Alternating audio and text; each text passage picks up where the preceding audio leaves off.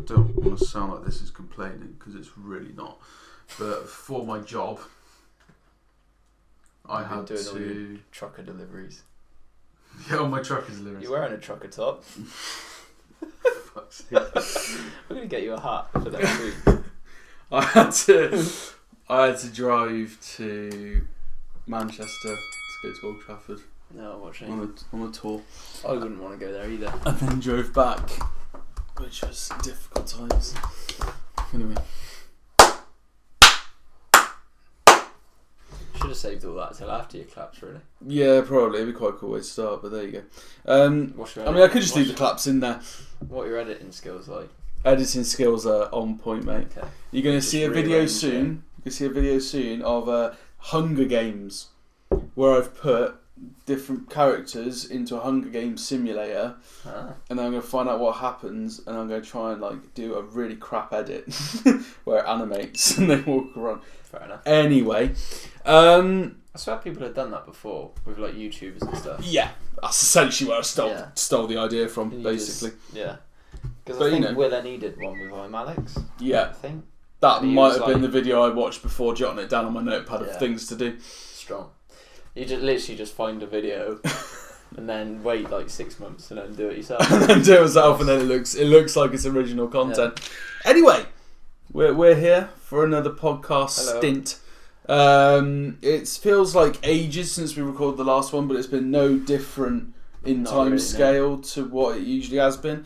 The only thing I'm going to quickly say before we jump into conversation is the suggestions. We want to keep seeing suggestions of things you want to hear us talk about on the podcast, and any other sort of suggestions for other videos that we might be able to do in the future. And also just remember that there's individual videos on the channel that aren't podcast related. One of which took a day to record, edit, and write all the script for, and got 3 views. Can you edit in a lemon or something here? Because just it was a bit of a nightmare to say the least. But bitter of a nightmare. Got him. Well, so a little bit annoyed about that, but we move on. We go again. So how are you? Yeah. Tired. Full-time work's not for me. No, you're not feeling that life. I know it's been 6 years since I've started doing it, but 7. You still haven't got used to it. Still, not a fan. not a fan of having to get up in the morning and do something in my life. Just having to drive everywhere. It's just. It does take it out of you. Driving takes a lot out of you, and you probably don't realise it until you actually end up doing it. Yeah. So when you're a passenger and stuff. Obviously, you're in a car for the same amount of time as anyone else, and you're still doing the distance. But it's not. But it's not really.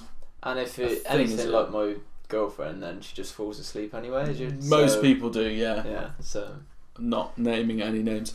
So I thought I've looked at the podcast recently. I do watch it back, not all of it, because that would take forever, and I know exactly what's about to be said, so that's pointless. But I do watch back the start of it in particular, and obviously editing it throughout. Something I noticed is we kind of just talk about topics. We don't really jump into our life. We're not very friendly with each other. No, we don't. It's purely for the camera. It's purely for the topic of discussion, and that is it. So I thought we might touch on a bit of life stuff, and I've got 2 things. I'll talk about one pretty quickly. I joined the gym. It's nice. Started on Wednesday, which is yesterday, for those of you wondering when we record this. And did my first session. A lot of it, I just had loads of built-up rage at work, and they got punch bags. So I was on there for 25 minutes, just going absolutely mental at a punch bag. I want to say that's good, but I wouldn't have a clue. KSI, bring it on. That's what I'm going to say. Oh, we'll get the arms going.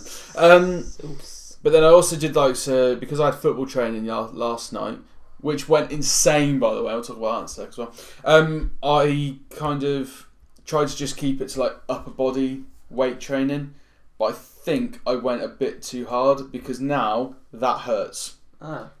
That really hurts. That really, really hurts. So I think I overdid it a little bit on the weights. I probably need to start at a bit of a lower weight. I kind of wanted to push myself as far as I could to begin with, and failed miserably. Yeah, But I have no knowledge of the gym, so nor do I. To be fair, I just kind of went in there and I just went on the machine. Like the machines, they all tell you exactly what they do. I feel like as long as your muscles hurt after, then you must have done something. So yeah, I mean they didn't hurt instantly. Instantly, it was like a nice. It feels pretty good. And then I went to football training. Try and get out of bed, you're just like, fuck. Went to football training, did my football training session, and then it was this morning. Woke up and went, no shit. Oh shit! I can't move my arms. What the hell have I done? And over the course of the day, I've been able to loosen it up. I did go for a run today. So I've still done something. It took him 10 minutes to open the door when I arrived. Yeah, because I was there like I can't get it. But literally, like, it just really hurts. But I think it's just muscles that I've maybe never used because potentially. I'm thinking of what I do at work is all bicep based. Right. Everything I have to do at work is bicep based. Whereas I've been doing stuff with whatever the hell that muscle is there. And then the traps, triceps. It's just the stool size back there somewhere. PE coming out, GCSE PE, let's have it. So, my thinking is... I don't know where, but... Probably... somewhere. What I'm thinking is I've probably done something to muscles that I didn't know existed in my body. So, that was the thing. Football training was brilliant. So, we turned up at football training. The first thing the manager tells us is the striker that joined us... has got in a hissy fit and has quit. Oh, right. So then she was like, right, so I've also made these, like, because basically the reason he quit is because he got in a strop saying that he had done everything that had been asked of him. She was saying, you've not done everything that was been asked of me. So she's made cards for each position that say what is expected of you in that position of the pitch. Right. She put them all out and she said, go and pick up your position.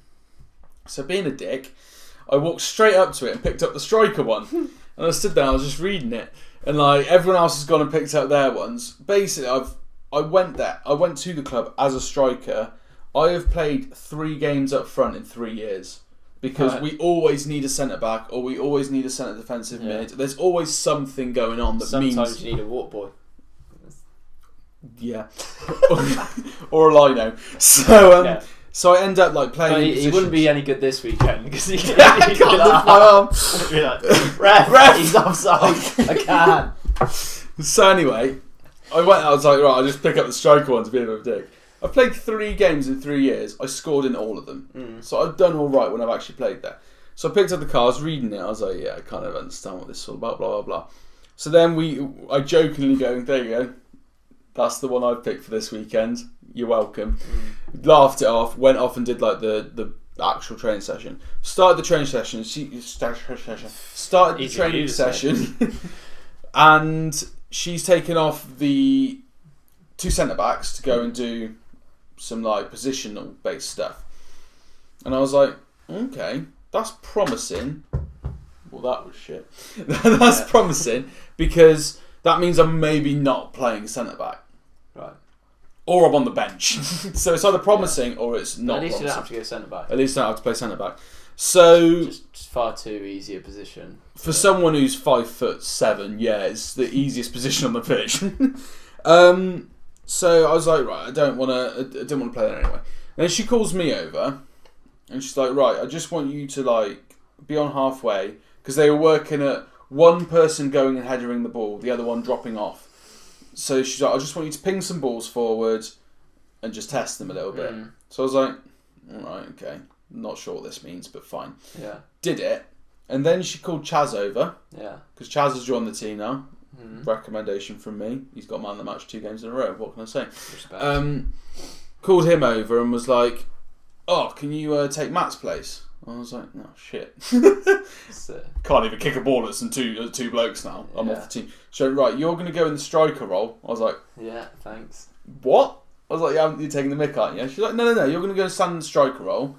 I was like, is this because there's no one else here who's going to play out front on Saturday? And she's like, no, you're starting up front Saturday. I was like, boys! Let's have it. Let's have it. So then... So it's 4th time in 3 years.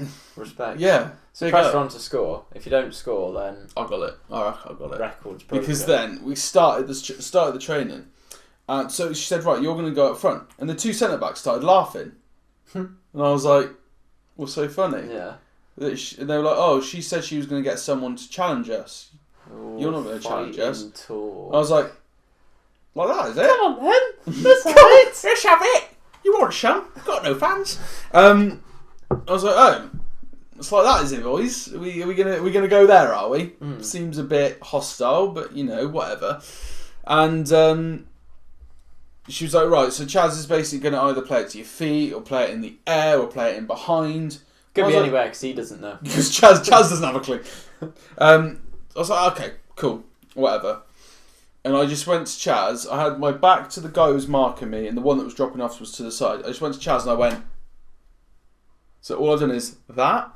And Chaz was like, yeah. Now, me and Chaz haven't played 11-a-side football together since school, but we played 5-a-side fucking loads. Yeah. And we won the 5-a-side league, numerous leagues and over and over and over. So we're quite in tune with each other. Literally, ball to my feet, knock it back to him, spin off, ball in behind, scored. And I was like, boys, where's the challenge? Best. I thought you were going to challenge me, boys. What's this about? Anyway, we ended up rinsing them completely. And then she was like, right, you're actually going to start on Saturday up front. I was like, get in there. Yeah, we scored some pretty cool goals. And it made me feel like the best striker in the world. There's nothing quite like a virtual V's up to someone, basically. It was just the way it was the first one. Yeah. It's if it had happened after 20 3 or 4 attacks of us not scoring, then it would have been a bit like, oh well, they kept us out for 3 in a row. That's pretty decent. Yeah. The fact it was on the first one, and it was just so like that, and we hadn't even had time to chat to each other. Yeah. It was literally like a virtual finger up to them. Yeah, it was brilliant. I loved it. And then I came home. Yeah. Came home to the girlfriend saying, I saw a rat last week. I was like, right. You what? Yeah, I saw a rat last week. There are plenty of them in Gloucester, but... There are plenty of rats in Gloucester, but thankfully I'm not that side of the M5. Yeah. But I was like... Far too good for that. Far too good for that scum. So I was like, a rat? And she was like, yeah. I was like, are you sure? Because I haven't seen a rat living here for 2.5 years. I mean, unless you count Chaz or Chris. But I haven't seen rats around here at all. I was like, are you sure? She's like, yeah. I was like, all right, well, I'm sure it was just like a one-off. It's going to be fine. Don't worry about it. And then we're sat down watching a film. Lo and behold. Knocks on the window. He literally is at the patio door looking in. I was like, you're fucking taking the piss. Yeah. This thing's like that as well. It's not like a small rat. It's a big boy. I was like, right, I'm calling the exterminators. The worst thing about rats is that they're unpredictable. Yeah. They could scutter anywhere and it's just like, no. It's just gross. Like, we could be sat here now and there could be one in the wall because they've managed to get themselves in the wall and up the wall. And they'll start eating your insulation. And it's just okay. So, I'm just a little bit I just want to deal with the problem. We've only seen them in the garden. How can people have them as pets? They're just weird. Like mice, I understand they're cute and innocent, and they're still a little bit scatty, but rats are vermin.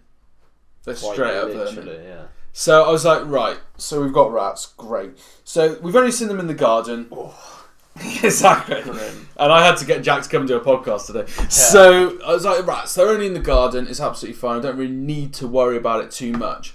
I was like, right, I'm just going to call the exterminators, see what they say to do. Rang them. They were like, oh, for £150, we can send someone out. I was like, right, 150 is a bit much. They went, oh, give us a minute. I'll talk to my manager. Enough for peace of mind, though, isn't it? It was like, yeah, but they said £150. I was like, all right, I might ring some other companies and just find out what the other prices are. She was like, oh, give me a minute. I'll talk to my manager. Took her 2 seconds. Suddenly it was 135. Yeah. It's like, that's how businesses are making money these days. Right. Anyway, £135, call these people out. I was like, you know what? Peace of mind and hopefully no further problems. Get them out. This guy comes out. Before he came out today, I went over to my neighbours and just said, look, just to let you know, we've got an exterminator coming round. Didn't know if you'd seen any rats around the house, whether they've got into your house or whether they're outside. Yeah. And they were like, oh yeah, we did see some rats actually.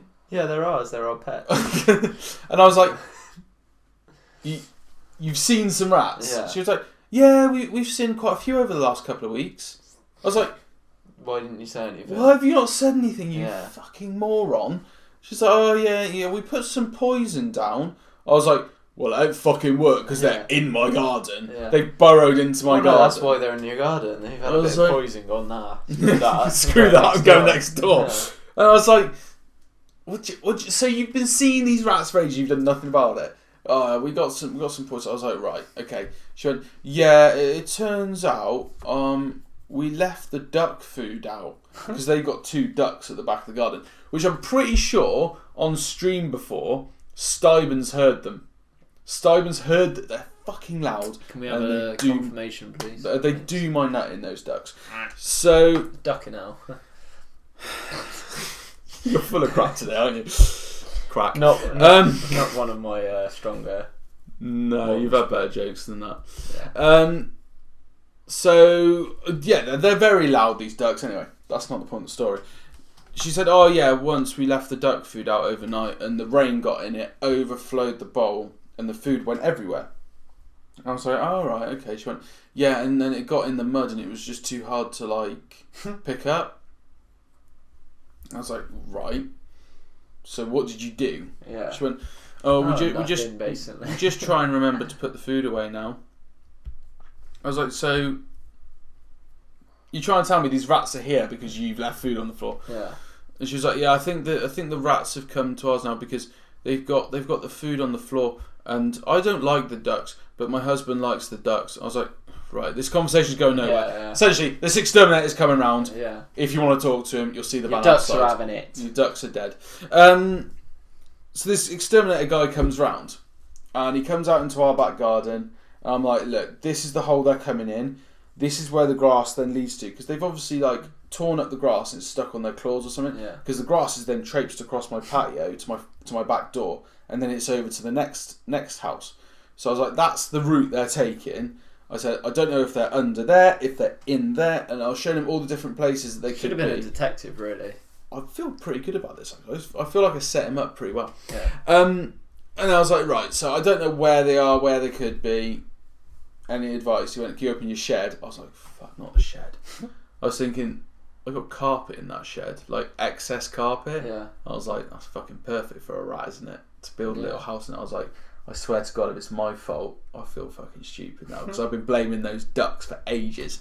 He's like, can you open up the shed? I was like, yeah, sure. When I got the key, opened up, he went in, he went, oh, no, they're not in here. I was like, fuck. I was like, still blame the dumbass neighbours. Yeah. And the shed was fine, locked that back up, and he was like, right, so I'm going to put these traps down. He went out, got the poison, put the traps down. He was like, I'll come back and I'll check it in 48 hours. I'll check it in 2 weeks. Wait 48 hours before you decide to go out the back. I was like, yeah, no worries at all, don't worry about it. But as he's leaving, next door neighbour husband arrives. Yeah. And he turns up at the door and he's like, oh, yeah, so have you managed to find out what the root of the problem is? And the bloke's like, no, not really. He said, have you seen them in your garden? And the bloke went, yeah. Do you want me to show you what I've been doing? Yeah. He was thinking like, oh, I've been putting some poison down. It's great. Yeah, I've been doing it. Went next door and the bloke was like, oh! Looked at the back of the garden. Bloke was like, yeah, so I think they're around the back of where the ducks are. And he's like, yeah. Right. He's like, so you got duck food. Yeah. You've got a pond with water in it. And you've got a hatch with a big hole underneath for the rats to live in. He was like, yeah. He's like, basically, think we found the reason for the problem. Basically a rat resort. Yeah, essentially a big rat hotel. Yeah. So then the exterminator guy was like, yeah, I think the root of the problem is the dogs and the duck food getting everywhere, blah, blah, blah. And the bloke was like, oh, is it? And he's like, yeah, like you are holding them up at the moment. You're giving them everything they need. As soon as they lose one of those 3 options, they leave the area. Yeah. So as soon as they haven't got shelter, or they haven't got water, or they haven't got food, they will not stay in that area. They'll only ever stay somewhere where there's all 3 of them. Makes sense. That's what rats do. So he was like, oh. Oh, I didn't realise that. And he's like, oh, I'm putting all this poison down and stuff. And the bloke was like, oh, so show me where you've put it. Yeah, but surely the whole point of the poison is they eat it. Yeah. And they're not going to eat it if they've got a load of duck food that they're going to eat. No. So essentially he was like, right, so you put the poison there. He said, but there's nothing to encourage the rats to that area because all they're going to do is go that way because that's where the food is. And he was like, oh, okay. And he went, plus, that's not doing it for them because they're going next door and looking for stuff now. Yeah. They're going into my garden. The bloke was like, oh, okay. He went, so I've set up traps next door. Hopefully they'll go next door, go into the traps, get the food. What a rat will do is it'll go in, it'll take a big bite for itself and swallow it and eat it, the mother rat. Then it'll take another big bite of poisonous food and take it back to the nest and give it to the babies. By then, the food's in its system, the mother rat dies, the baby rats eat the food that's left over and they die. Which is morbid, but I couldn't give a shit. I just don't want rats and mouse. And that was the first draft of Ratatouille. Yeah. Turns out they went with a different approach. Imagine trying to pitch that. Be like, yeah, so they go and steal a load of food and die. Maybe not a Disney. Maybe not a Disney classic. Yeah. So he's like, oh, okay. Yeah, he's like, that's not going to work. Anyway, we walk back out of his house, out to the front, and the bloke's like, right, for payment, I just need to get your number. The business will call you, and you do it over the phone by card. And the bloke went, the next door neighbour went, don't worry, I'll cover it. Yeah. And I was like, you don't have to do that. Like, I'm the one that's called the exterminators. I'm the one that's like booked them in. Yeah. I was like, you don't have to do that. He went, well, no, because you wouldn't have to do it if it wasn't for me. So this bloke has been guilt tripped so much to the point that he was like, I will pay for it. So you got rid of your rat problem, and so you didn't pay for it. My rats might now be gone, and I didn't pay a penny. Touch wood, they're gone. Touch wood, indeed. Fingers crossed that's the case anyway. That's the overall plan. Is hopefully those rats are gone. But away from Ratgate, and we'll get into Clockgate. Clockgate. So we're going to the sports section now. Yeah. So Joe, I'm pretty sure he only watched the first podcast. But in case he still watches, I don't really care about Joe. Timestamps, I don't care about Joe either. I found a photo of him on Facebook the other day. Yeah. It was him tagged in it. I mean, he's not a bad looking bloke. This photo was crap.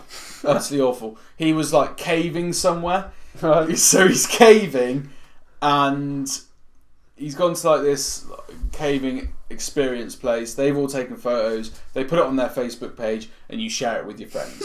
So he shared this folder. It was cool back then. It's kind of dropped off now. So he R.I.P. Facebook. He only did it like last week. So he shared it with everyone and I saw it and I was like, I'll have some fun with this. I found a photo that didn't have all of his female friends in it because I didn't want to like rip the piss into them. I thought it was a bit harsh. So I found this is not on his page. This is on the business's page. So this is like open to whoever follows this business. Yeah. Went on there and found a photo of him. And this photo of him, he just looks a bit special. It's not a normal photo of Joe. Like Joe's like a normal bloke, whereas he looked a little bit special in this photo. He just didn't look himself at all. He's got this helmet on because he's like bouldering or something. Just looks like a bit of a weirdo. Not balding. Not balding. Is he balding? He might be actually. No more than me. So then I was like, fine. I put, and all I typed was, what a fine specimen. And just left it. So now whoever's a business owner of that place is just going to get this random bloke who's nothing to do with this party of people just being what a fine specimen on Joe's photo. Joe did a reaction to it. He laughed. It was fine. Decent. Anyway, we're going to move. For that random company owner, it's just like he should be like, all right. Whereas for you, it's like fine. Quality. Quality, dickhead. If anything, I've just helped that business owner out a little bit by a bit of free exposure. Free exposure for him. Anyway. So, actually, remind me next podcast to talk about Facebook. We'll do that in like the entertainment section, maybe just at the start, because I did something to Facebook this week, and the response was quite funny. But we'll talk about it next time round because we've got time to move on to sports. So the first thing we're going to talk about is like the winter break, and essentially the winter break has come in now, which was is it an international break or not? Following Saturday's game. Yeah, following Saturday's games, international break. Is there any international games, or was it just literally Germany, Spain, Italy, and I can only assume France, Yeah. have always had a break. It's only the English. I'm pretty sure out of all the major leagues, it's only the Premier League that have no break. So it's sort of implemented this season. Yeah, so it's a great idea. One, we've already talked about the impact on sportsmen around our winter break, which is essentially Christmas, and the fact that they don't really get to enjoy themselves when they got a game the next day. So it's not. I think it's right for them to have a break. The only reason they do it is TV rights. Yeah. People just want more. It's great for us because we get more football on the telly, but realistically, you don't need it. No, and I think they deserve a break. And in February, it's not a busy time of the month.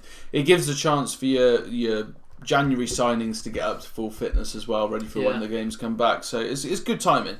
But what Klopp didn't like about it was that during this winter break, they decided to put the replays of the FA Cup. Well, yeah, it's because effectively it's the FA that a Premier League, isn't it?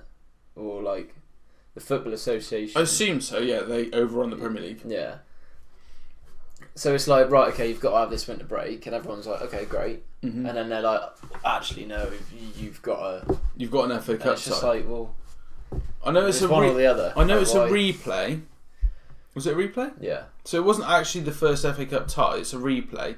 And those games do need to be fitted in. But if you're going to have a winter break, you need to have a winter break. You can't not have one. If the FA Cup was that important to do within a certain time scale, rearrange the Premier League game that was last before the winter break and play the FA Cup games. Yeah. And then bring those Premier League games in later on. It's not hard. No. But they've gone completely against what they're trying to implement, which made no sense. Well, yeah. You're meant to have a break. Oh, no, you've got to play. Yeah.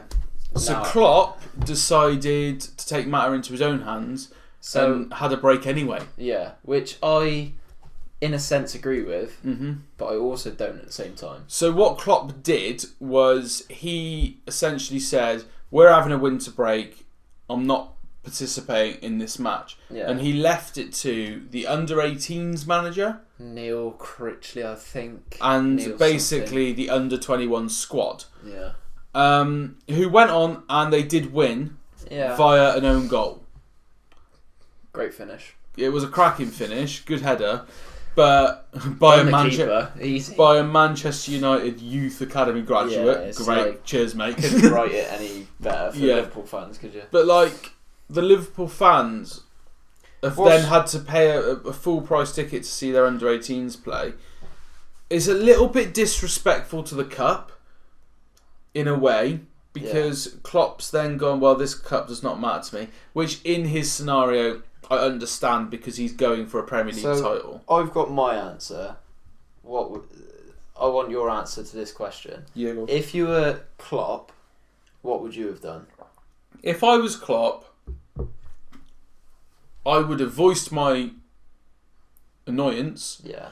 Certainly would have sat in the press conference beforehand and made a massive point over the fact that blah, blah, blah, blah, blah, this is a complete joke, why are we having this? And I would have made a very big point of it. Yeah. I would not have pulled my first team squad from the match at Shrewsbury, was it? Shrewsbury, yeah. I wouldn't have done that. It's at Anfield. It's against Shrewsbury in a cup that they could go on to win. No, they played the first game at Anfield, didn't they? I thought the first game was at Shrewsbury. That was it. Oh, okay, right, yeah. Either way, I wouldn't have pulled my first team squad out. Would I have played my first team 11? No. I would have played a lot of second string players, plus given academy players a go. Yeah. But I would have been there. I'm Jurgen Klopp. I am the main man at Liverpool. Are you on the touchline? Yes. Okay. Because I agree with him on the... I feel like him, as well as the rest of the squad, need a break. Yeah. So, squad rotation is a massive thing. Mm-hmm. You're never going to stop doing that. But I feel like he could have, like you said, your sort of fringe players, plus your academy players, people coming back from injury, those sorts of... Yeah. Get them playing, let them play. Like Van Dijk and Robertson wouldn't have been starting. No. or even in the squad. Salah, Mane, Firmino, Henderson, they all would have been off. People like, I think Oxlade's come back from a recent injury. Yeah, Lallana's not been. It's not been a massive deal of time. For him to be back. Those sorts of players. There's some young lads that have come through in the last 6 months that he could have given the main stage to as well. Yeah. To be honest, the only thing I would have done differently if I was Jurgen Klopp was I would have gone to watch. Mm-hmm. I wouldn't have just completely got right. Like you say, you can make a massive point of it. It probably won't do anything because people aren't really going to listen to it anyway. But because to be fair, people probably agree with him anyway. But I would have gone to the game. I would have watched. I wouldn't have done it as a manager. I wouldn't have had any. I would maybe have gone into the dressing room, have a few words, go right, okay, academy manager. I would have watched basically, and just watched it as a fan, and just so people can see that you're there, and that you're actually having an interest in the game itself, and not just like you say, completely abandoning it and going right, okay. Because at the end of the day, it's the FA Cup. It's one of the oldest and most prestigious domestic cups in our world. In the world, but also especially our nation. Yeah. So it's created so many moments of drama and stuff, and you sort of think, well, it's not as if it's like the Carabao Cup, or it is the big one. Yeah, it is the big one of all the domestic trophies. So you sort of think you've got to take it seriously. I mean, look, at the end of the day, it doesn't matter. They've got through to the next round. Yeah. It then begs the question, what do you then do in the next round? Do you bin off all your academy players who have done a good job and got you there? Or do you stick faith with them? Because at the end of the day, it's against Chelsea, it's going to be a tough game. Yeah, you play your first team, don't you? But those academy players did what the first team couldn't do. What? They beat Shrewsbury. Well, yeah. True, yeah. Yeah, the first team couldn't do that. The first team failed to do that. So, there is an essence of that. But I think the main thing for me is the disrespect towards the cup.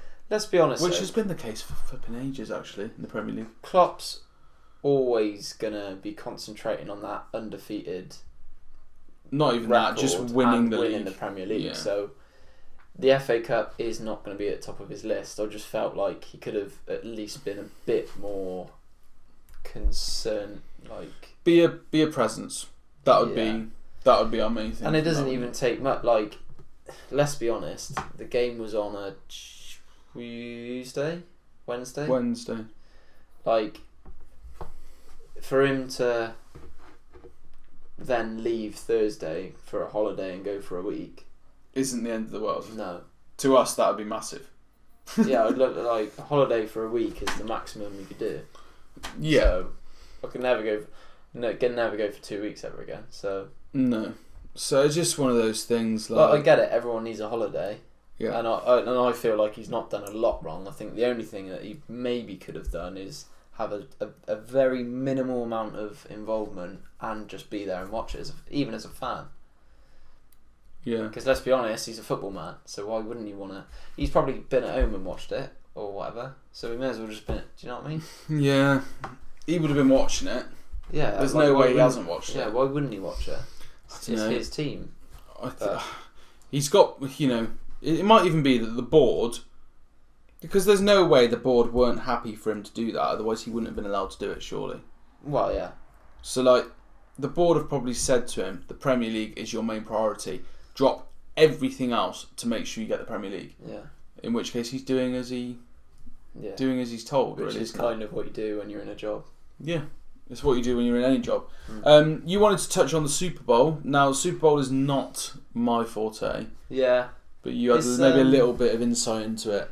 I'm not claiming to be any sort of fan, but American sports I do enjoy watching. Mm-hmm. Don't know what it like. I think it's the sort of high action, high scoring, big hits. You think like basketball and stuff, like baseball. Yeah, it's always quite like that. Whereas I find American football to be the opposite. I find it really slow, and it's very very tactical as well. Incredibly tactical.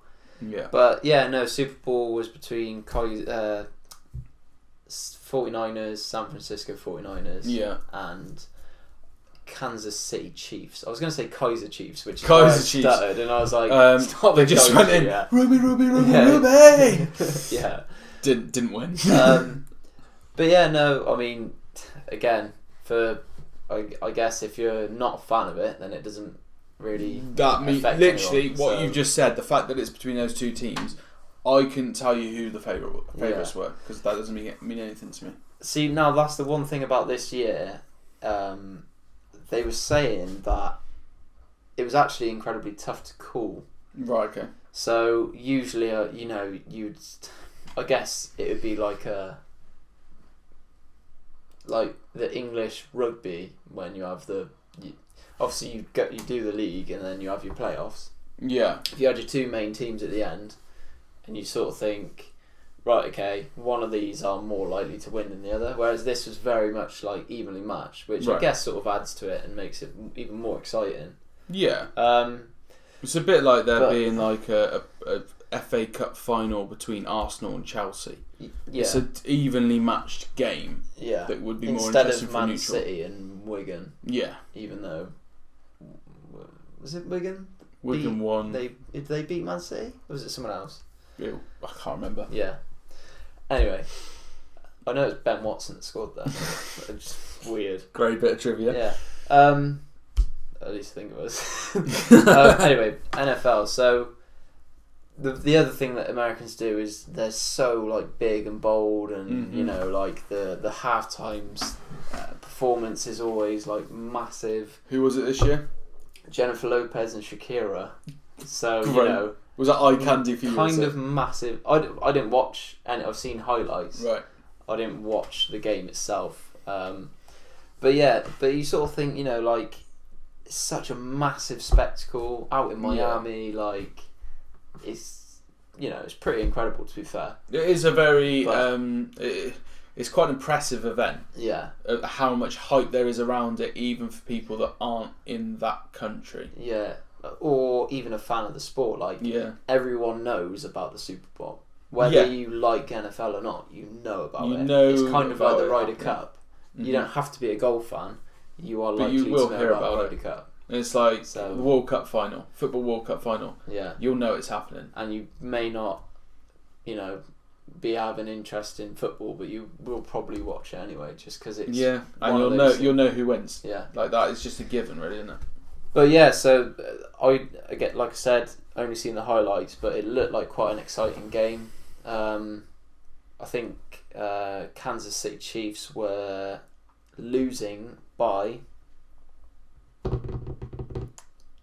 They won 31-10. Right. I think they got 3 touchdowns and field goals.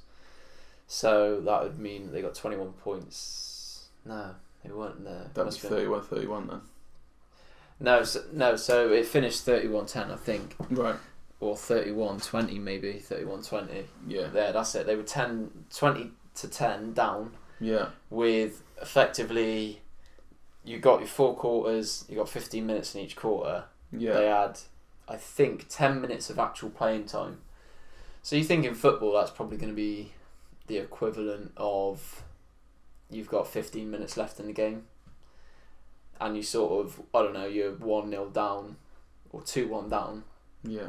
And then in the last 15 minutes, you go and score like 3-4 goals to make it, 5-2. So they've come back. The quarterback gets most of the praise because he's the one obviously pulling the strings, throwing the ball and all that, making the calls and everything. So he's had a lot of press and, you know, praise and everything. And, you know, there's been videos going around of their parade round town and throwing beer at him, and he's there smacking it, doing it. You know, Americans being Americans are very, when it comes to celebrating, it is pretty big, heavy, and they go full heart at it. So, but yeah, no, all in all, a good spectacle and a very entertaining end. So, you know, I think for those people that don't watch the sport, it's a bit like, it's cool, it's happening, nice, and that's about it. Whereas people that actually are invested, some people, it is like, this would be like a holy grail kind of thing. Yeah, it's their day. Yeah, it's like their Christmas day. it is quite literally the same as us watching a World Cup final or a Champions League final. Yeah. It is like a big day. It's bigger than that. Newcastle are never going to be in a Champions League final in the next 5-10 years. But and the rest. Yeah, okay, 50 to 100 years. But in your lifetime. I'm still going to watch it. Yeah, but I think it's bigger than that. It's the same for Man United. You're not going to be in it for another 50 years, but you're still going to watch the Champions League final. Wow. But I think it's bigger than that. If to Americans, it is bigger than our Champions League final.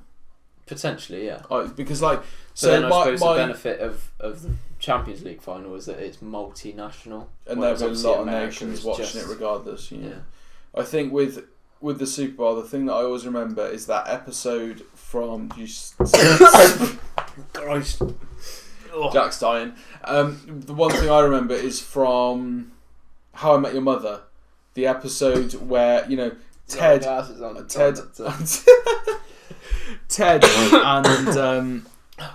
all the other characters are actively trying to avoid finding out the score because it means that much to them. Someone got to work or something. Yeah, someone's working. Everyone else is trying to dodge it so that they can watch it together. And that, to me, that kind of shows to a non-American how much it means to an American person. Before I nearly died, the thought that I had was the big difference. How can I completely choke on this? Yeah. The Champions League has such a diverse set of players, nationality wise, whereas American football is pretty much you're American or Canadian or there's not a lot of nations when it comes to NFL compared to football. Yeah, that is true. So it's different, but it is different. But I just think it means more to Americans than it is to us. I don't know. I mean, I suppose whenever you see coverage of it, you only see the fans of those teams. Yeah, essentially. But anyway, I feel like Americans invest a lot more in sports as well. Yeah, you look at the NFL, golf. Well, obviously it's not one of their main four, but still quite big in America. Yeah. Well, you got your main four are NFL, hockey, basketball, and baseball, and then you've got stuff like golf and football's becoming more popular. Boxing. Yeah. So, I feel like when it comes to a sport, literally, they go above and beyond. They don't save any penny, do they? They just you haven't watched Sex Education yet, but within that there is a swimmer. Right. And you see the impact his parents have on him when he's competing at county level for swimming. Yeah. And how much stress he goes through just because making it as a sportsman is the biggest pride you can do for your family, sort of thing. But another American sporting hero is Kobe Bryant. And he unfortunately lost his life along with his daughter and several other passengers in a helicopter crash. Yeah, 7 others, wasn't it? Yeah. People from her basketball team, parents, coach, and I can't remember the other. But I mean, massively sad story. It kind of just goes to show that it doesn't really matter how much you have. It can be taken away from you just as quick as anyone else.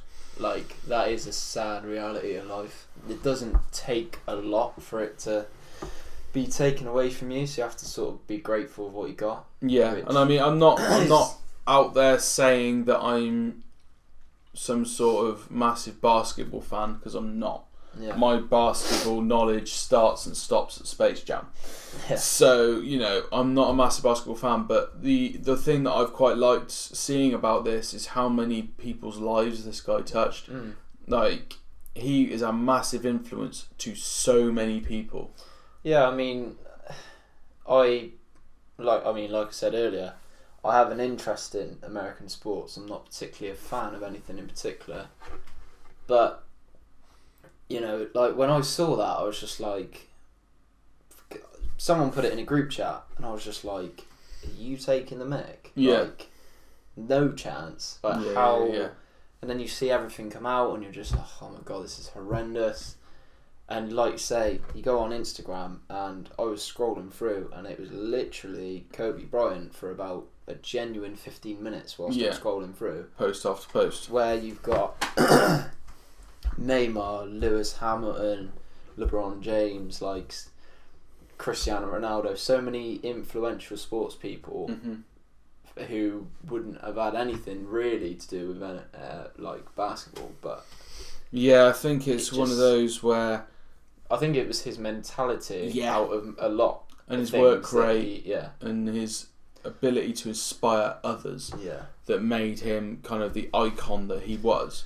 And I think that one of the things I absolutely freaking loved seeing was a clip that went round.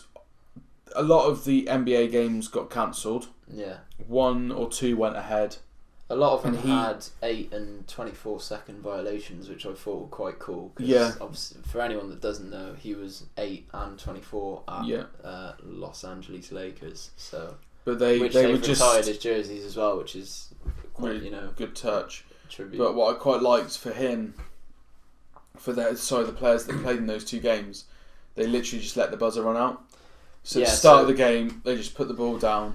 If you don't take a shot within 24 seconds, you get a violation. Yeah. So that was the 24, and I think the 8-second one is holding the ball. One player holding the ball, is it? If you throw the ball back into play in your own half, I think you then have 8 seconds to get out of your half and go into your opponent's half. Once you go into your opponent's half, you can't come back in. Yeah. So it's kind of like encouraging attacking plays, I guess. Yeah. For someone who's not a fan of basketball, you seem to know some rules. Well. But to see just so many tributes is just like it just shows what an impact he had, and he was incredible. Yeah. And he seems like a really cool guy. Like from all the videos, you see a load of the articles saying about stuff that he might have done in his life, but you sort of think this isn't the time. Like sod off. That is someone just trying to get a click on a newspaper article, and those people are utterly disgusting. And we'll go into that in a minute in our next topic. But the one more thing that I wanted to say about that was like, what was I going to say? I can't remember. But I just don't understand. Like, how can you bring yourself down to such a level where you're like, right, okay, fella's just died with his daughter, and his wife has just lost her husband and a daughter. Yeah.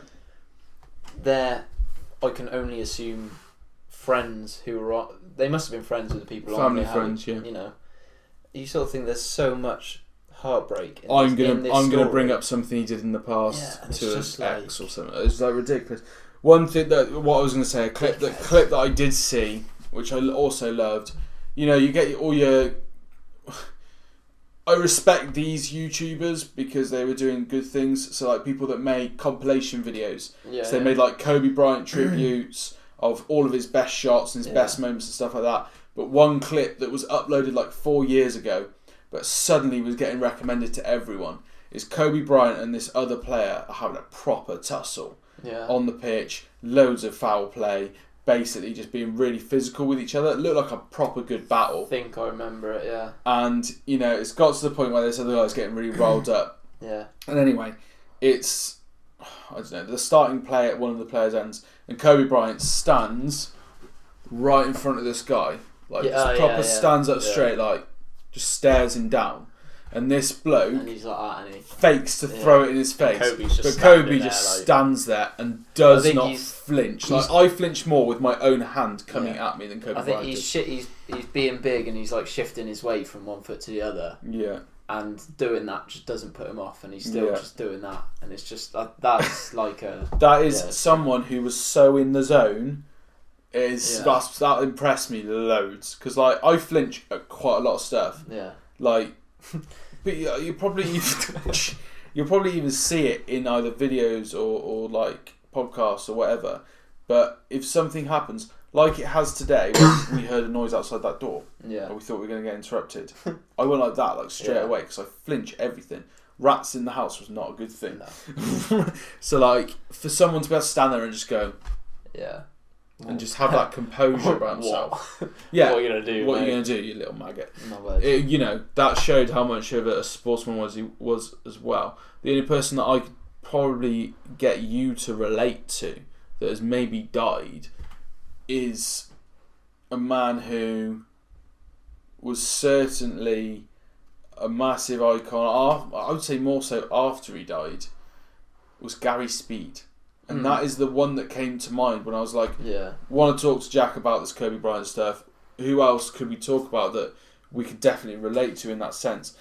And when Gary Speed died, it's one of those things like, would you rather be alive and famous or be dead and famous? There's always this thing of, I mean, notoriously, it's always painters, isn't it? Painters' work only become known after they've died. Well, yes. And it's kind of just like, what... I get it. Like, it kind of makes sense that... Because it's such a big event, you then talked about, you're then more famous in a sense. Yeah. But like but you also find out stuff about that person that you didn't know before. So there's stuff about Gary Speed that we never knew that came out only because he had died. But my point is, like, it feels like it shouldn't take someone dying for you to actually acknowledge them. Not that, but to like talk about them in a positive way. Mm-hmm. Like with the whole Kobe Bryant thing, people obviously were massive fans of him, but it's clearly shown that now that he has passed away, there are a lot more people coming out the woodwork and showing their support, sort of thing. Admiration of him, almost. Whereas in this, like, and this isn't just about like Kobe Bryant. This happens with like pretty much every single time. Well, yeah. So one that I can think about is Ray Wilkins. Yeah. When he passed away recently. So Ray Wilkins is, my dad's a Chelsea fan. Ray Wilkins is his favourite player of all time. And when Ray Wilkins died, like I went to so I'd been looking at getting a Ray Wilkins signed shirt forever, and I was trying to get one for my dad, and I just couldn't quite find one that I really liked. Yeah. Then he passed away. Those prices skyrocketed, maybe 5 times what they were to begin with, which is disgusting. Yeah. But it just shows like a death can change quite a lot. Yeah. And like there's a lot of impact after someone's passed away. Like Michael Jackson. Michael Jackson even. People came out of the woodwork because he was dead. Yeah. And people started saying nasty things about him because he died. But like Ray Wilkins, for example, he was a great coach, a great player, and whether I wasn't exposed to that sort of coverage before, that might be the case, but I would never see anything which would be like, how good was Ray Wilkins? And then he dies, and then people are coming out saying he's a great player, and it's just like, I get it, like I understand, because it is a reflection of someone once a massive event has happened, but you do have to sort of sit there and think, well, why don't we think about this before? Why don't we celebrate someone whilst they can still appreciate us celebrating them? But then I suppose there's in a sense, people feel like there's no reason to do it because he is. I don't know, it's complicated. It is complicated. Just, But so talking about the deaths of people, we're moving on to entertainment now. And so when you're on about YouTubers, I thought you were going to mention this. So I wanted to make this a very clear, separate topic because it's boiled my blood massively over the last few days. So basically, there are YouTubers that have, not necessarily just with Kobe. I don't even know what his name is. I've just seen his face on Twitter. And I was just like, he's right. So there's 2 different sides of this. There's the J Station, and there's this kid who I can't remember the name of. He's worse because he's done it on multiple occasions. So basically, like Mac Miller and so YouTubers, some YouTubers out there exploit the deaths of celebrities to make videos on. Well, get views basically. There's one guy who does, the guy that does like before they were famous. Right. He does like a tribute video. Right. And that one sits differently with me because sometimes, it is so close to the death of a celebrity. So he did like a Michael Jackson one, I think. He did like, what's that? Etika, guy that died. Yeah. He's done stuff like that, and it's kind of a tribute to their life. It's called, I think he calls, so he has Before They Were Famous. I think it's called Before They Died. It's somewhat is better than a J Station or Random Kid. It's still very touchy for me because it's so close to the death of someone. You're clearly doing it to try and get some sort of hype from them dying and clicks and all that. Yeah, I mean, we're assuming that that's the reasoning for it. Now, it's highly likely. Yeah. But even if it's not the main reason, it's still a reason. Because they do it in a reflection and more of a positive way, I think people actually don't enjoy it, but respect it. And maybe use it as a trip down memory lane as opposed to a exploitation of death. Kobe Bryant, right? Like you said, someone making a compilation of his 20 best shots ever. Yeah. I can quite easily sit there, watch and it, enjoy and be it. Like, yo, how has he done that? Or like, what a massive dunk that was, or like, whatever. Bloody hell, he was incredible. Yeah. He was as good as people are Whereas saying. Literally, J Station is just like, right, okay, someone's died. Yeah, gonna do this, do that, and it's just like, you are just a dick. Yeah, so J Station does it numerous times. He also did one recently that his girlfriend had died. Which apparently hadn't. She's not dead. She's very much single, if there was anyone out there that now wants to take her, because she dumped the fuck out of him. Because I don't blame him. Yeah, because he's one of those guys. I do blame him, he's a dick. He doesn't seem to have any form of creativity. He repeats essentially the same thing over and over and over again. Or remorse. Or remorse at all, based on people's deaths. Now, J Station, to me, I think he's in his late 20s, maybe early 30s even. Don't know. And he is 100% aware of what he is doing. Oh yeah, that's several occasions. About it. So he makes videos saying he tried to contact people through Ouija boards or whatever. And, it's always about whoever has died that week. Yeah. So, for example, Matt Ayres, the multi-million subscribed YouTuber, has just died.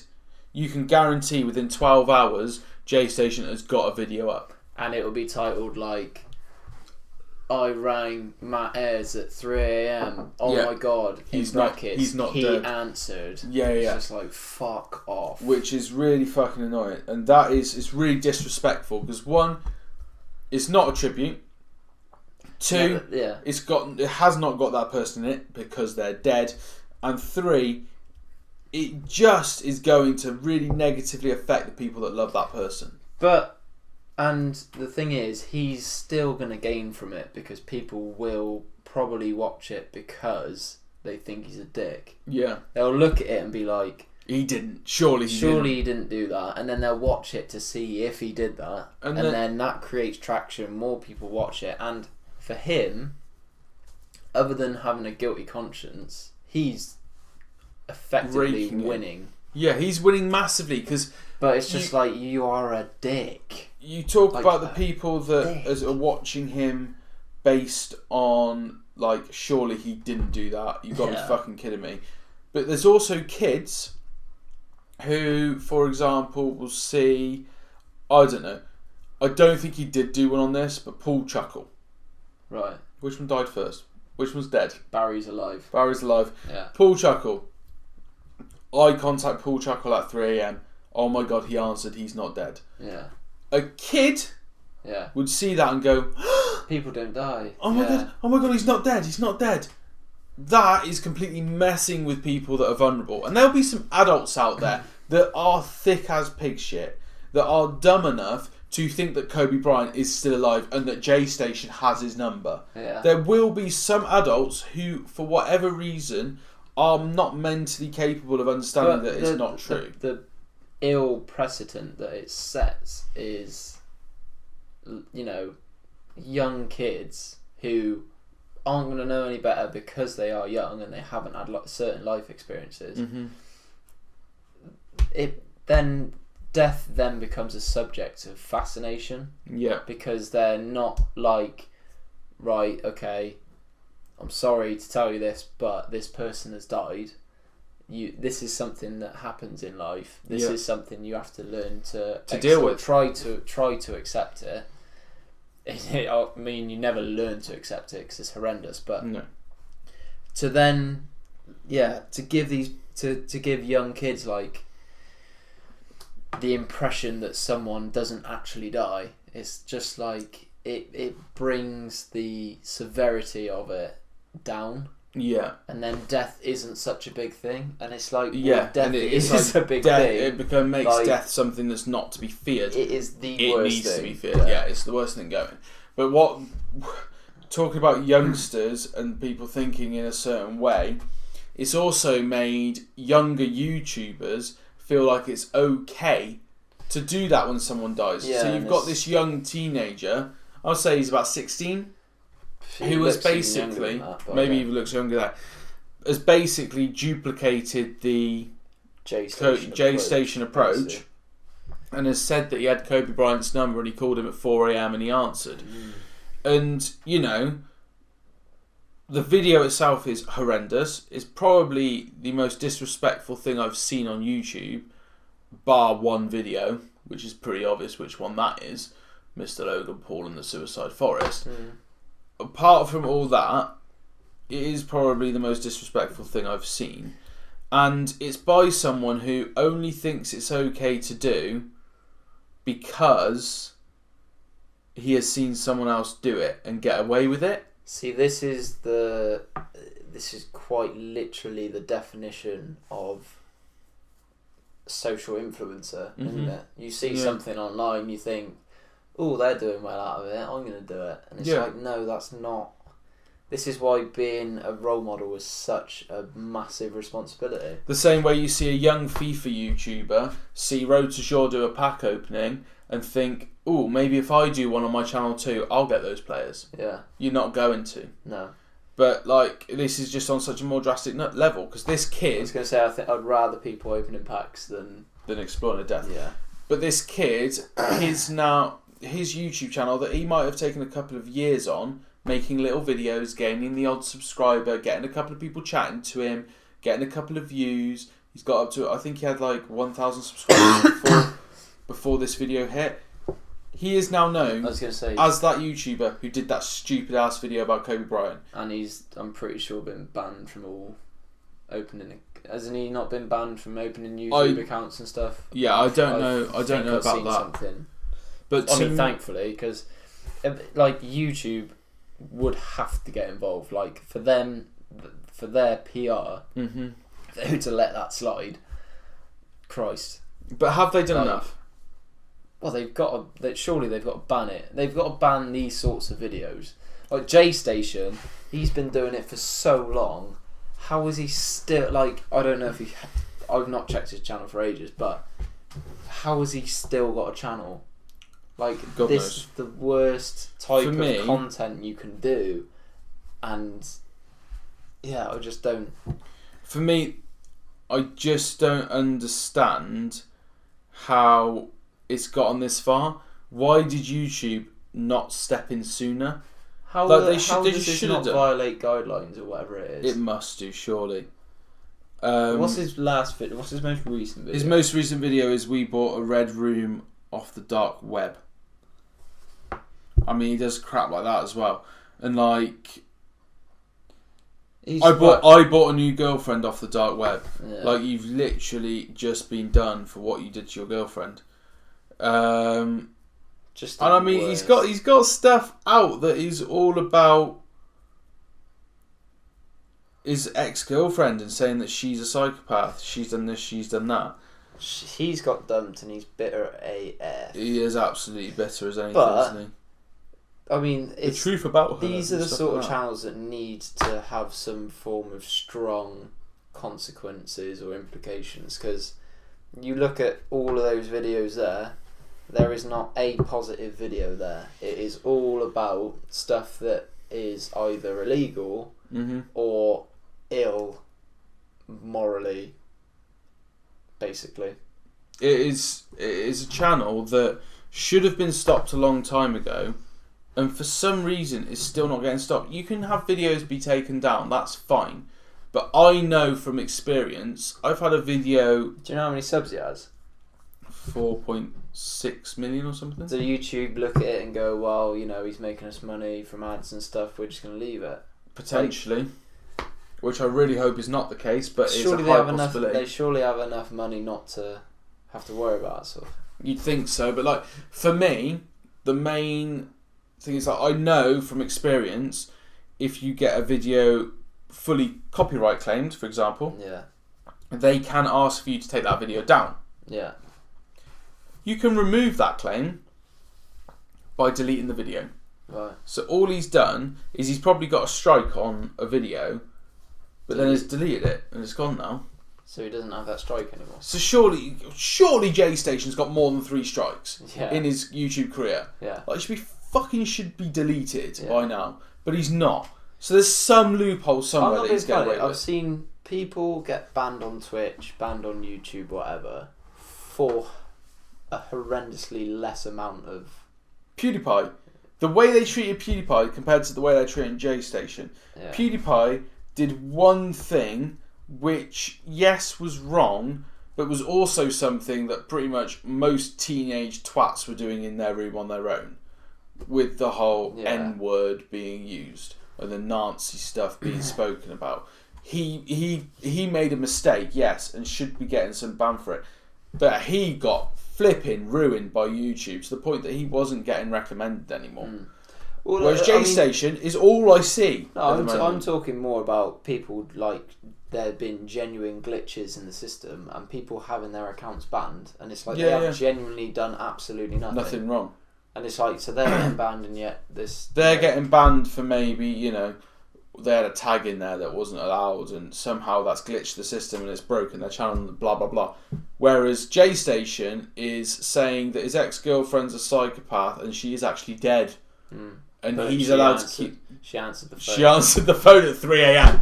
So, you know, she still exists in some way that he can get a video out of her.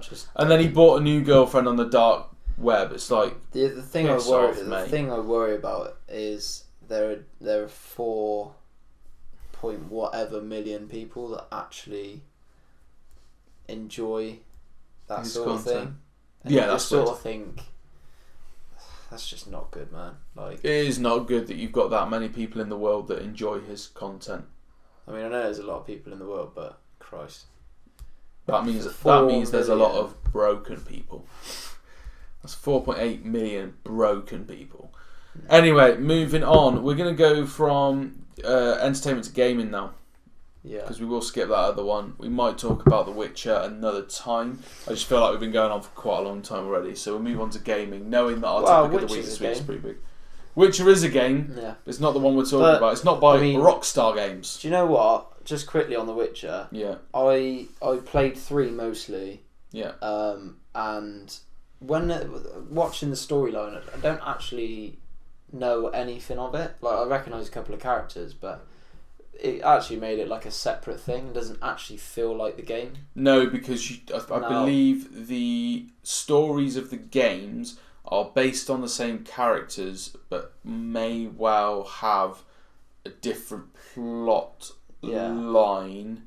I can't remember. I know that the bloke who writes The Witcher has just agreed a new contract with the creators of The Witcher 3 to write the next Witcher game. Yeah, so whether that's a different plot, which is kind of good because it gets people who are a fan of the game, they're going to watch it, and it's a new storyline, they recognise characters, but it also doesn't stop people watching it if they haven't played the game. It's not like you're going to miss out because it is a new story. But did you know The Witcher's not a game, primarily? The Witcher is a book series. So, well, yeah, true. There is so, like, even me who didn't enjoy the Witcher video game, but saw the Netflix series came out, told his girlfriend who likes books, "Oh, did you know this is actually based on a book and a video game, sort of? But it's it's mainly because it follows the plot of the books." Yeah. And she's like, "Oh, okay." So she's now reading the books. So then the next point of that, I guess, is people have played the game. They've played the game and heard the story. Yeah. because they probably didn't want to read the book, so Yeah. they'll play the game instead. Yeah. So it's kind of like there's a big have an loop of- interest in one of them, and you're gonna be exposed to the Witcher series. Either way, this dude's making money. Yeah. And Henry Cavill, however you pronounce it, Is making money off not being able to act. he's pretty cool.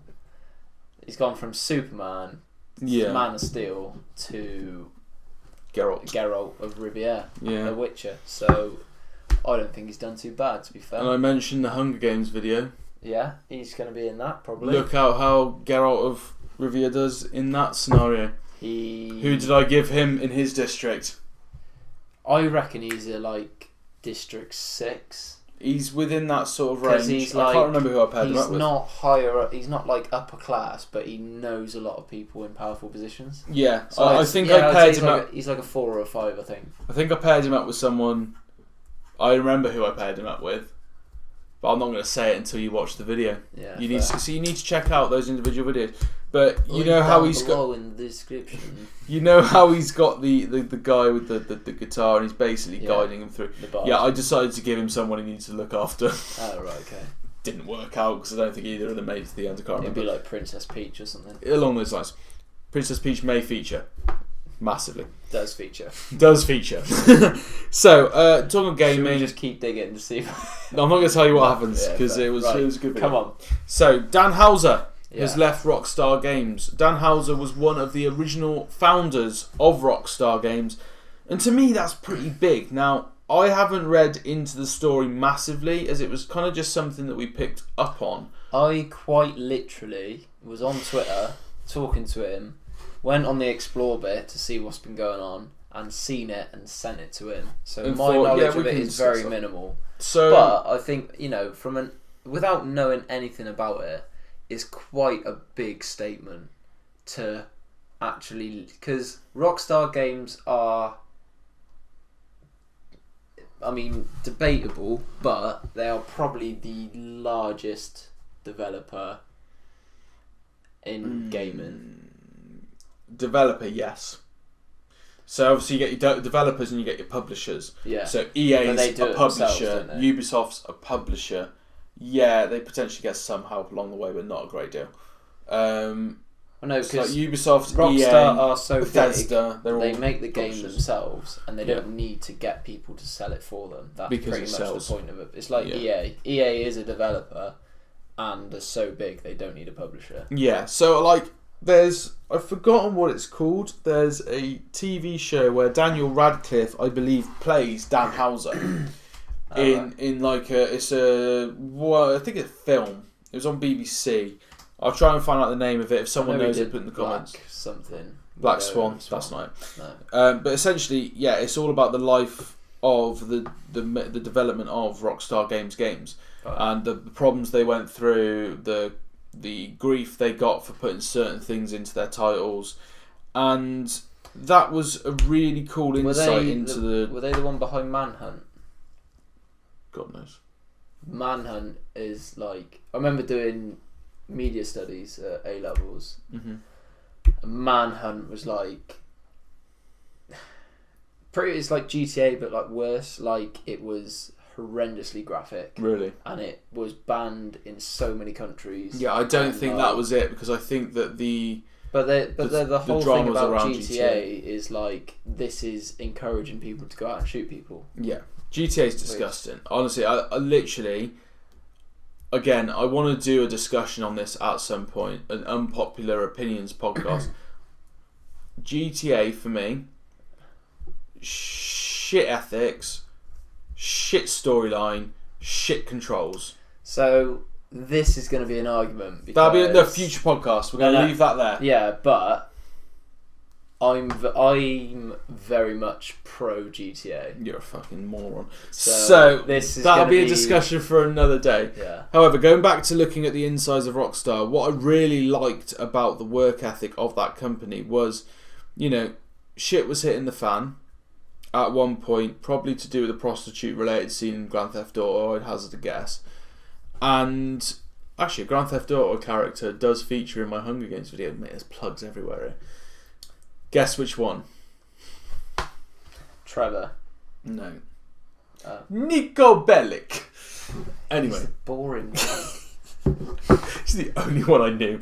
Anyway, so the ins of Rockstar Games was they were going through a bit of trauma. They needed to kind of like rise the morale of their team. And they made it so laid back in Rockstar Games. You were basically there having a bit of a party during the day, getting the creative juices going and then going from there. And one thing they had was a table tennis table. And they played table tennis like endlessly. It was like the big in-company thing to do at break time, lunchtime, whatever. Just play table tennis and piss about with friends. And they ended up making a table tennis game. Have you played it? On Xbox 360... No. It's the only Rockstar Games game that I have enjoyed. Right. A table tennis game. And it is incredible. Redemption? You ever played Red Dead Redemption? I haven't actually played it. Mate, it's such a sick game. I know, but it was from the makers of Grand Theft Auto, so I didn't want to play it. I didn't realise that Rockstar Games made this table tennis game until after I'd already bought it. Yeah, right, so, the table tennis game, but that was just like, the people at our workplace were passionate about something. We made it. This is what happened. And it was a really good game. But like, to me, him leaving the company, I think, is going to be... Obviously, we won't see this for, I would say, 7 years yet. Because the next Grand Theft Auto is very much in production. They're still bringing out expansions for Red Dead 2 and GTA 5. Online. Yeah. And GTA Online, whatever you want to call it. So I don't think we're going to see the impact of him leaving for a fair few years. Because everything that was in the works under his reign is to come out in the next 5-6 years. Let's be honest though, Rockstar Games is a large enough animal to survive without him. So... Yeah, no, it is, but I think with someone new at the top making the big decisions, it will go in a slightly different direction. Yeah, there will be, but you won't see that happen for ages yet, just because what he's created is very much still in the works. Yeah. But I mean, for me, I don't. This is probably not going to have much of an effect.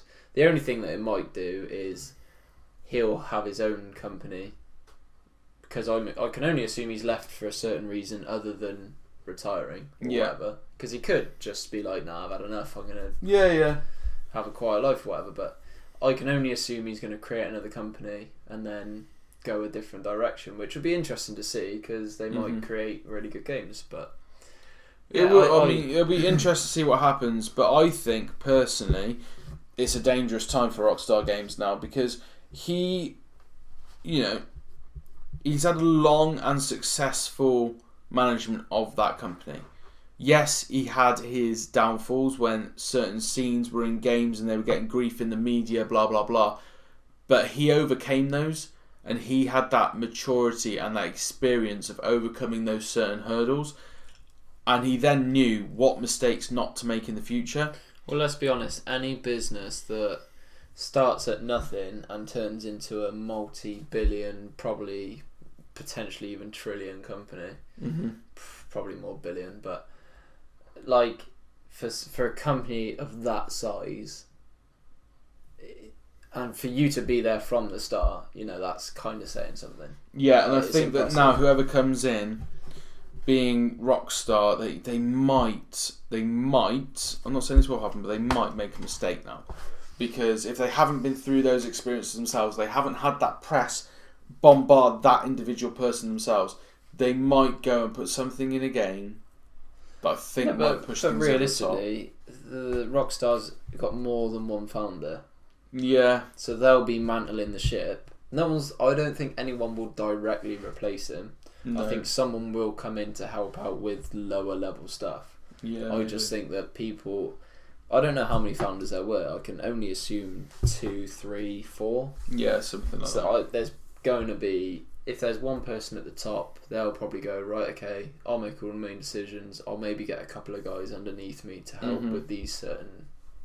Yeah, I mean, I hope it doesn't happen because even though I don't like their games, there's a lot of people that work for that company that must work hours and hours and hours over what they are expected to do to produce games that people love to play. Exactly, and they're very successful games, so you never really want them, whether you agree with their games or not, you have to sort of appreciate the success that they have, and people there are millions of people out there who do get enjoyment from the games. Yeah, and, so that's kind of a good thing. Those guys are doing their job. They're producing great games, and I'm sure Red Dead Redemption is brilliant. It's just like I can only imagine that the controls are very similar to Grand Theft Auto, and one of the main things I don't like is the controls. I find them really clunky. Like even watching. So I used to watch GTA Online videos by the Sidemen because they're funny as fuck, and it's the Sidemen that make those videos, not necessarily the game really that you really go there for. Yeah. And I think that just watching that, I could just tell the controls are clunky. Like your player falls over, the player like falls off a ledge and stuff, and it's just not. That is not my kind of game. It's funny though. It is funny to watch. That's another time. That's Unpopular Opinion podcast coming soon. We should do that. A podcast near you. To this podcast. Please stay in. So exactly near them. Near that, so they have to be near. They have to be. They have to stay on the channel. Yeah, I get you. Yeah, see. So, topic of the week. It's been a big one, and I've kind of broken this down into 4 separate sections, including, of course, the game show segment, which I know these guys are waiting for. Because I haven't read any of the words on there, but I have got a glimpse of your list. Yeah. So I don't know what's on your list, but maybe it's you a want to lengthy hide list. the list. It's a lengthy maybe you want to hide list. the list. Right, okay, thanks. I've dropped it. Yeah. So the main thing I wanted to talk about is where YouTube is going. So let's talk about one of the main events that we haven't discussed within the sports segment because I very much wanted it to be the topic of the show. Gib versus Jake. Yeah. Now, it was bitterly disappointing for any Gib supporters. Massively disappointing for people that stayed up and watched it online. Yeah, not me, champ. Not me, champ, no. Because it didn't last very long at all, and ended up. And as for the finishing boxing, very quick. Well, mate, you're making out like I could stay up for that long. Yeah. Exactly. So yeah, I think that the boxing fight itself was very underwhelming. What do you think happened to Gib? Why did he lose that fight? Purely emotions. Yeah. I wouldn't have a clue how technically prowessed he is. Well, I would say probably walking around like a crab isn't the best technical ability as a boxer. Like JJ, I guess because all he literally did was call out Logan Paul's bit, and they've gone at it. Mm-hmm.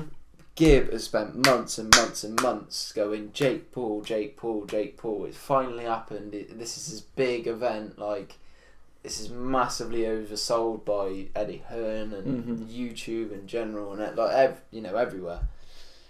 And I think he's just got so into it that when the moments come, he's like, I've been waiting months and months for this. Like, everything's gone exactly how I've planned. And I think he's just completely lost his head. And I think the majority of people would. But it kind of then reflects on Jake Paul, where he's been able to keep calm, keep his head, disciplined, bang, bang, good technique. It's kind of like, okay, so maybe Jake Paul is actually pretty good at boxing.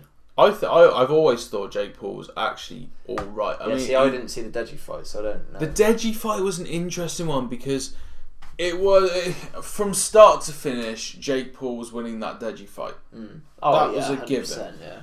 But that was because it was Deji. There was like an element of hope with Gib, wasn't there? Yeah, because apparently he's really good. Yeah. Not what I saw. What I saw was someone who was all over the shop. Yeah, I think he had the potential, but I just think he completely lost his head. I think, the emotions got better of him. He did say several times before the fight that the press and all that side of things isn't his cup of tea. You know, this is a guy who makes YouTube videos in his bedroom opening FIFA packs. And is quite an intrinsic, introverted bloke from what I can make out. Whereas Jake Paul at a very young age was on Vine making a fool out of himself with Disney. Logan. He then went Disney. Yeah. He's then done all sorts of shit, and he's not. He is very much a personality, yeah, rather than an entertainer. Yeah, even though people find him entertaining, it is him as a person. He's playing the part of Jake Paul, whereas Nissan Gibb has always created content, not as a character, but with a format to get across in the form of FIFA, basically. He uses FIFA as his puppet, almost. Yeah. So if you think of a puppeteer is very much, you see him, but he's not the character. The character is what's on his hands, making all the jokes and stuff. Whereas Jake Paul doesn't have any puppets, it's him, and he is the stand-up comedian of that sort of genre. Like, he's just all him. It's all about Jake Paul. I think that because he was so used to the media focus and having the cameras on him, and he kind of laps it up and he loves it, when it came to fight week, that didn't faze him at all. Whereas Gibb he didn't like doing the interviews, he didn't like doing the face-off, he didn't like doing the face-to-face, and it turned out he didn't like being in the ring. What do you think? Jake Paul's, 23, 22 maybe? Yeah. He probably been doing Vine since he was 15, 16. Yeah. So he's been doing it for a number of years. Whereas I don't know, but I can only assume that Gibb it's very different recording something, putting it up, than actually being something. Yeah. So like for me, there's a massive difference.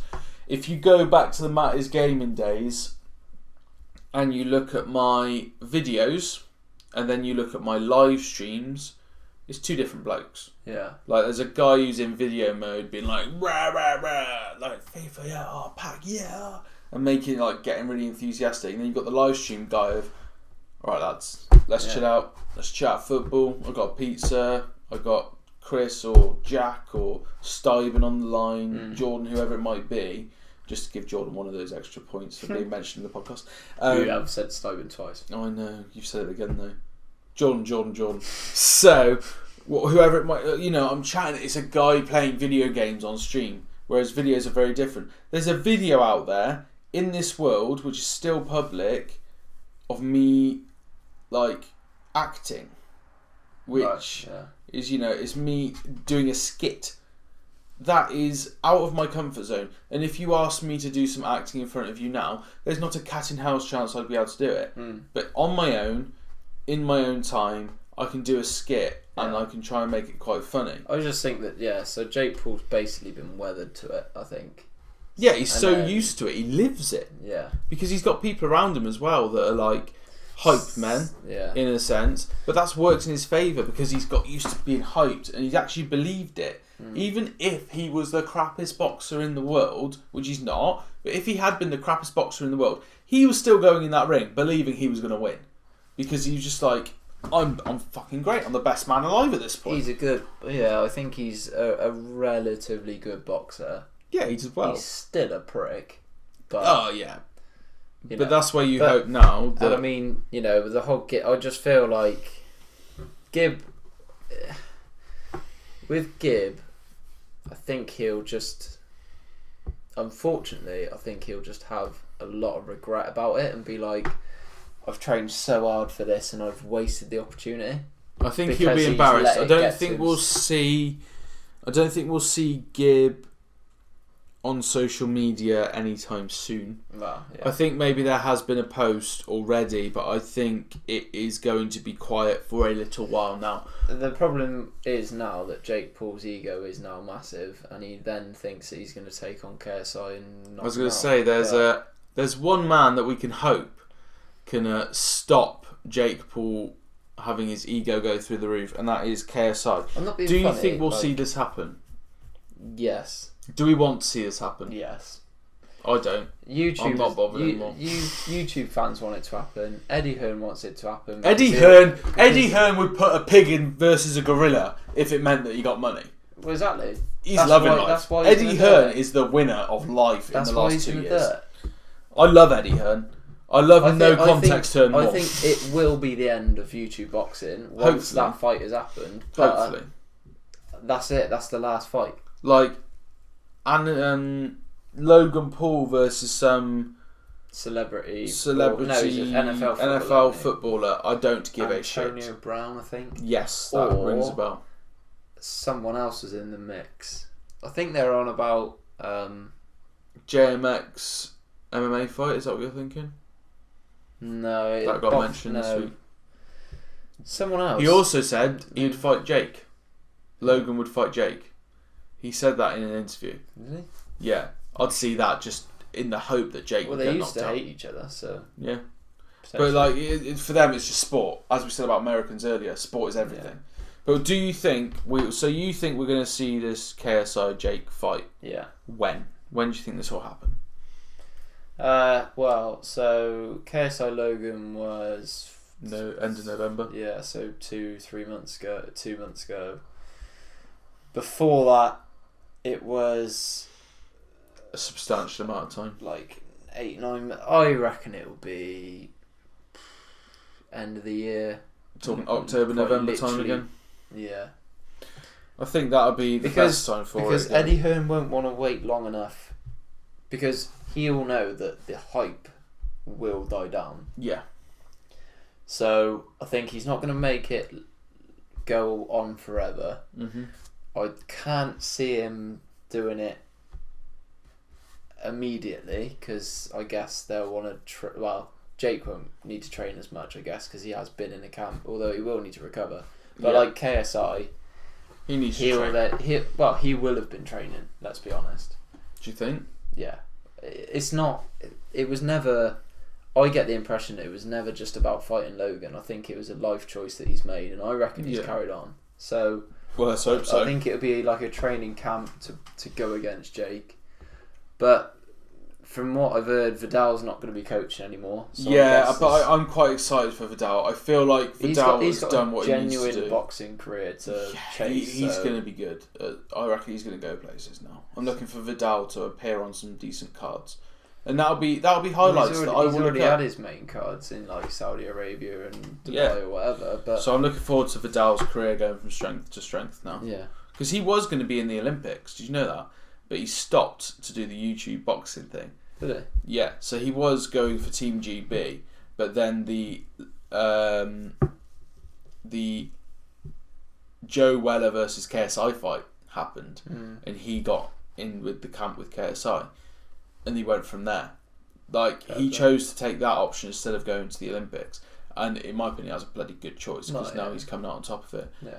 But that fight between Jake and KSI, I think, as you've just said about the whole hype not dying down, it could be a summer thing. It could happen maybe quicker than we anticipate it to, but yeah, I think July, August might be a good time. But yeah, or maybe September. I don't know how boxing works in terms of like when's best to have fights and stuff. Have we got Joshua Ruiz? Has that already happened? The second one? Yeah, the second one's happened. Joshua won it. Nailed him. Yeah. What? There was another big one that's coming up. Fury Wilder. They've been asking for. They've also been asking for Joshua Fury and Joshua Wilder. So there's still fights to keep the boxing fans interested. Dylan White keeps piping up. You've then got your sort of lower divisions with your like that fellow who fought on Billy Joe Saunders who fought on KSI's card. Yeah. I imagine he'll have another fight soon. There's loads going on, but I think that the money is coming from the YouTube boxing at the moment. I mean, obviously, it's not the main source of income, but as you've said, they want to hit the iron whilst it's hot, because it will die. It will die down pretty soon, I think. Yeah, the money in boxing is not purely from YouTube, obviously, but it's a healthy cash bonus. Absolutely, to the industry. Saying that, I just hope Gibb made enough money to retire off, frankly. Well, probably. But then, he won't want to retire, will he? He'll just go back to making videos and being funny and whatever. Doing his own thing.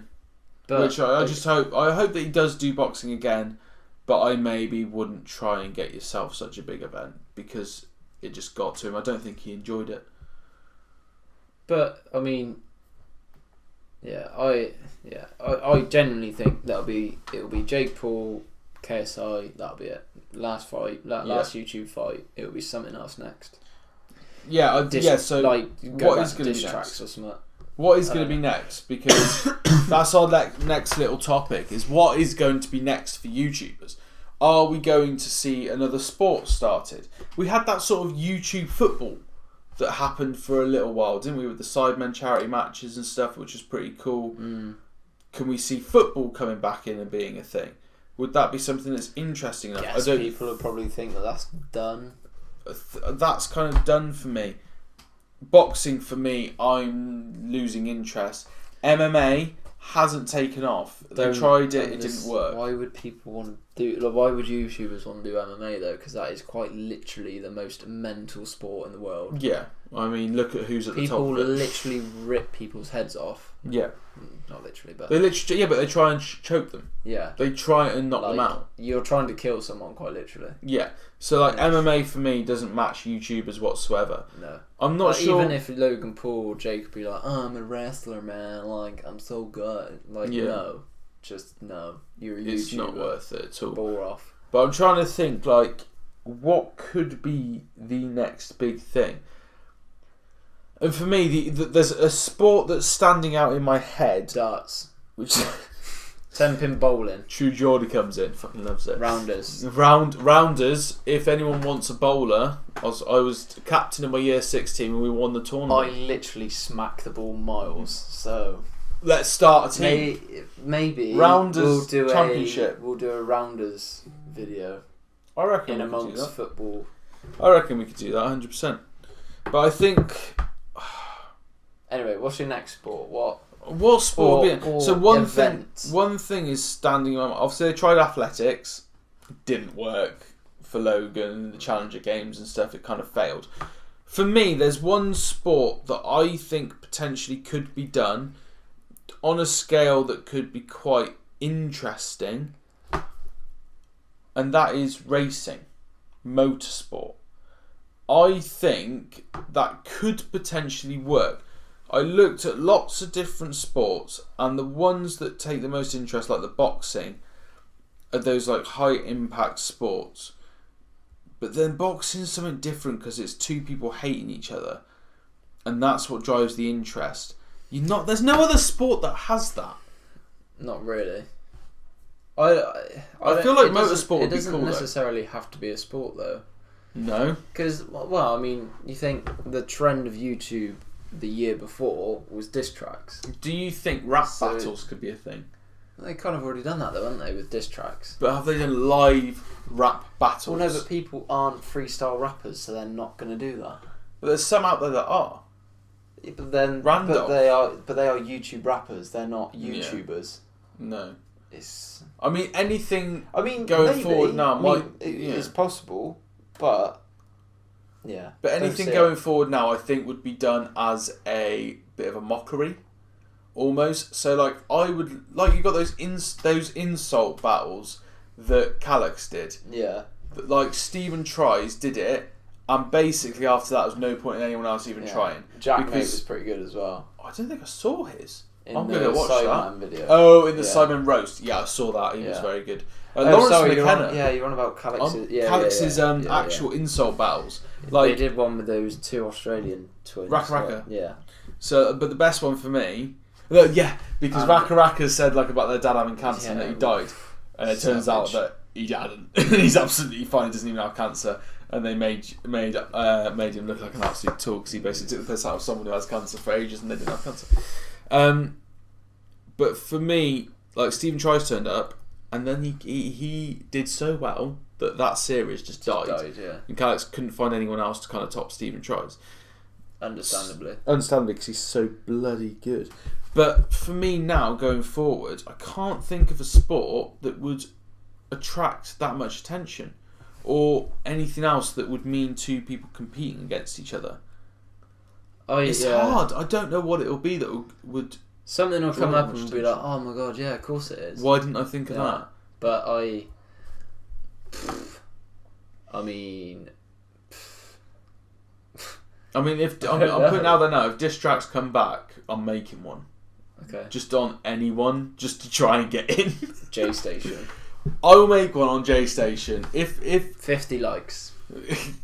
If we get 50 likes on this, if we get 50 views, I'd be impressed. If we get 50 likes on this podcast, I will make a diss I'm track gonna on make J-Station. 48 fake accounts. Stibel and Jordan do the rest.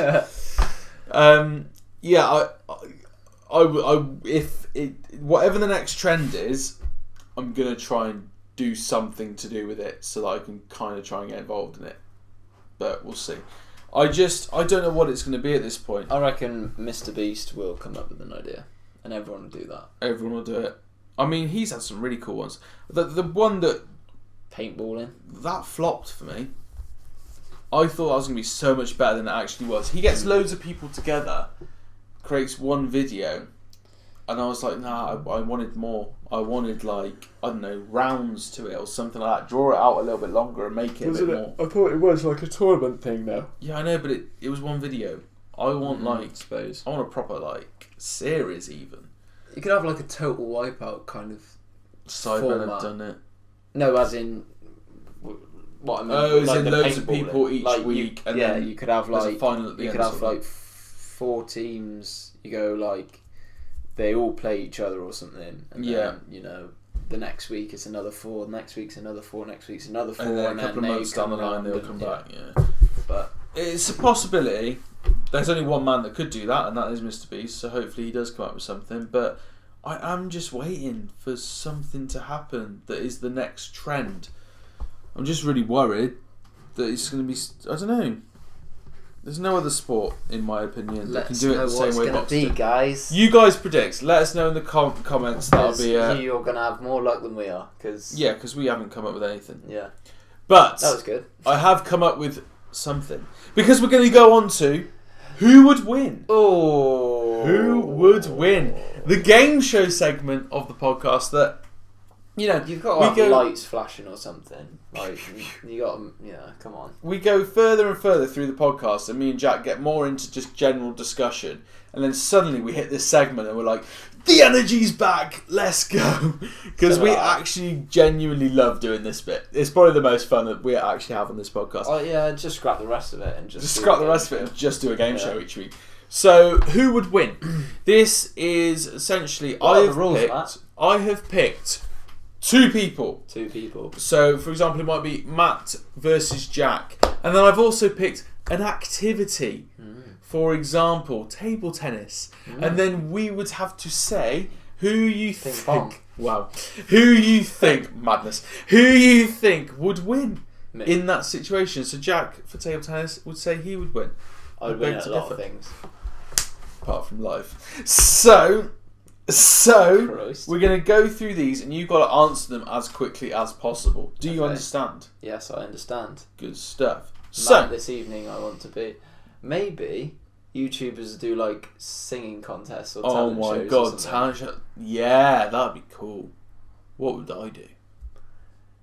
I haven't got any talents. Yeah. So, we're going to go through these. They get more and more ridiculous as they go along. As what we like. And there's one of them in here, which I hope makes Jack go, ooh, you shouldn't have said that. That's my intent. Okay. So, fair. True Geordie versus Stephen Tries at a 100-metre sprint. Stephen Tries. I don't know, mate. Have you watched those EXO football videos? Yeah. Brian's got some speed on him.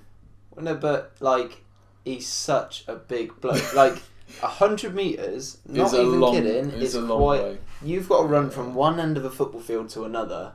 Yeah. True Geordie is probably not stacked.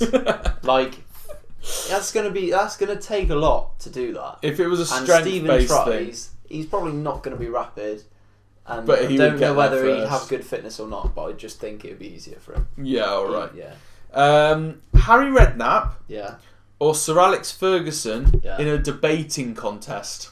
Sir Alex Ferguson. Yeah. I think he just has a high level of intelligence. Not to say that Harry Redknapp doesn't.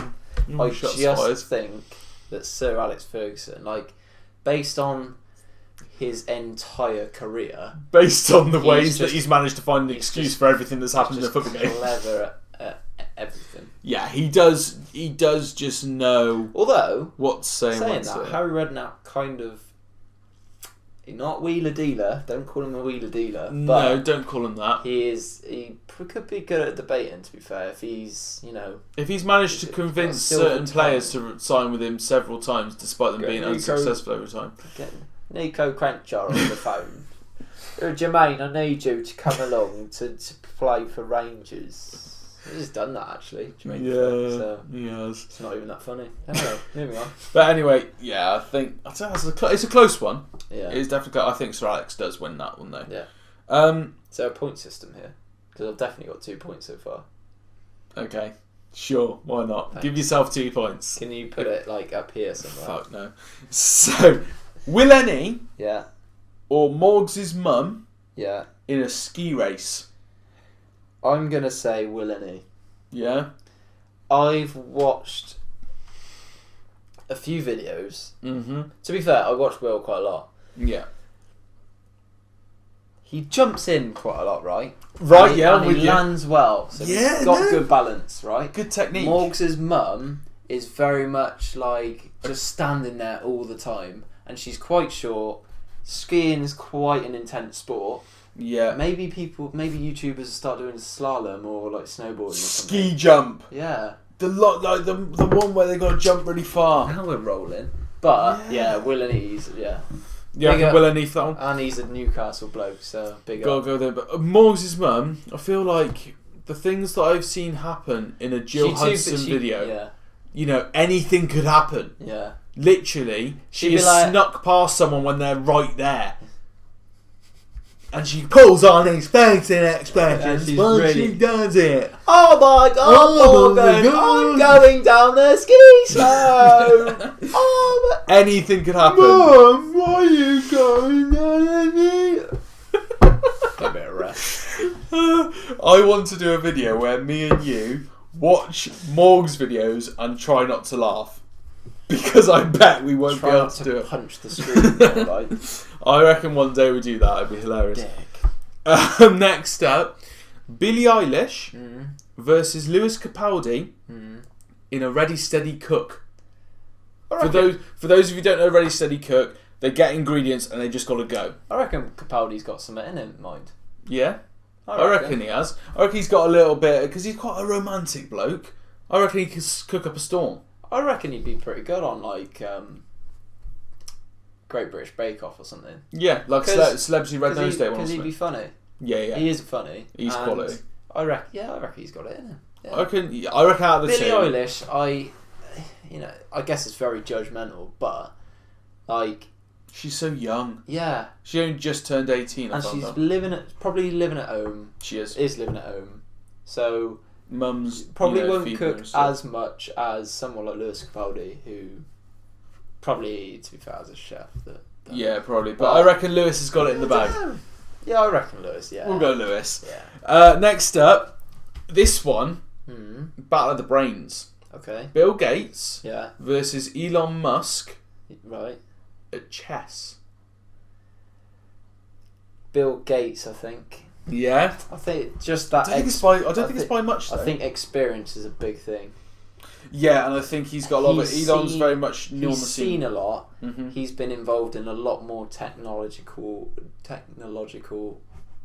advances. Correct. I just think that he's got a lot more diverse experiences. And let's be honest, he is more... What did Bill Gates create? Is he Microsoft. So, like, Microsoft Windows, you remember when they had that chess game?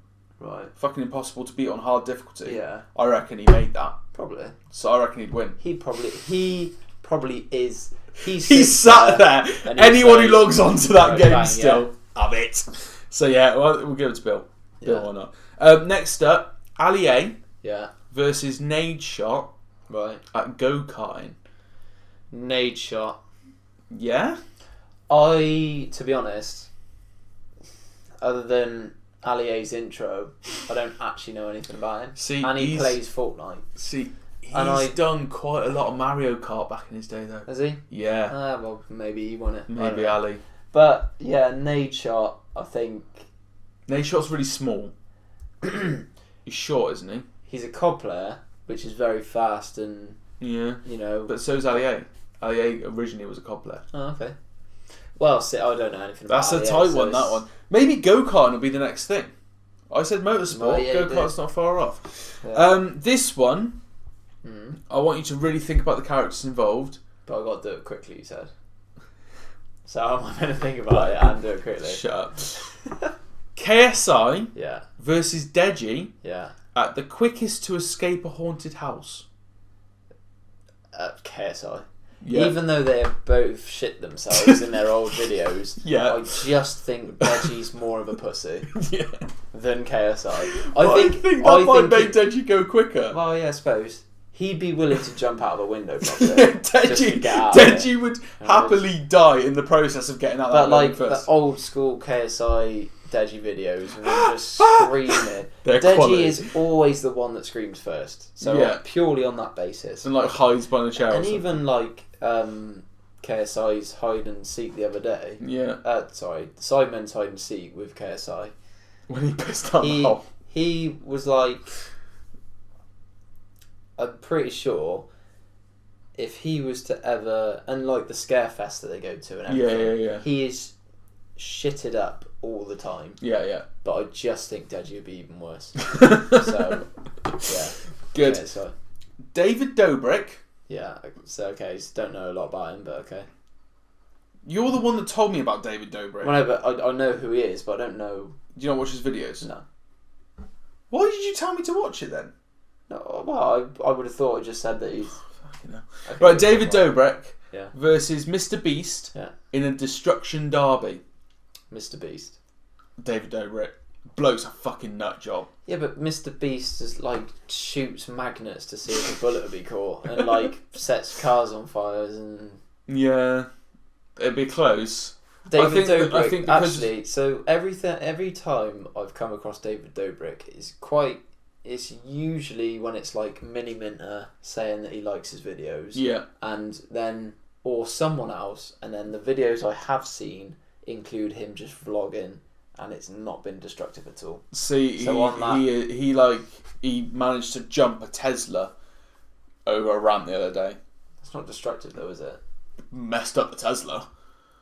Yeah, but if you're on about a destruction derby, you're on Yeah. about smashing into things, explosions. Creating the most amount of damage as possible. Yeah. Whereas going, And it's insane. You're right, but going over a ramp is not. yeah, not the same amount of destruction. No. I think Mr. Beast with like Chris and Chandler and all the other guys within their group could cause a lot more damage as well, Yeah. probably. So, But like, yeah, he quite literally shot stuff, blows them up. That is the definition Yeah. of destruction. So, yeah, I think Mr. Beast might actually take that. Yeah. Thanks. I'm actually going to leave that one to the end, so I'm going to go to the next one. Oh, okay. Vicstar123 Yeah. versus Harry Road to Shore Yeah. in the quickest to spend £100,000. Road to shore. What do you reckon it would be on? Anything. Just shit. Just absolutely Because I watched the Sidemen video, and although Vic was quite quick to spend, Yeah. I just don't think, because Harry's imagination is like another level. He would find something that would cost He the would majority of just that money see- straight away. He would see something shiny and be like, "Yeah, bang, I'll have it." Whereas Vic, I guess, is like, "Yeah, I'll have that," but it's not like, "Oh, I'm gonna have it." It's like yeah, go on then. Yeah, fair enough. I think Road to Shore on that one. Now, this is the last one. Okay. I did think of two different ways of wording this, one of which I might say to you afterwards so that I don't get cancelled. Oh, yeah. Jake Paul Okay. versus Logan Paul Yeah. in a clothes hanging contest. Clothes hanging contest. Yes. Wow. I think we all know who wins that one.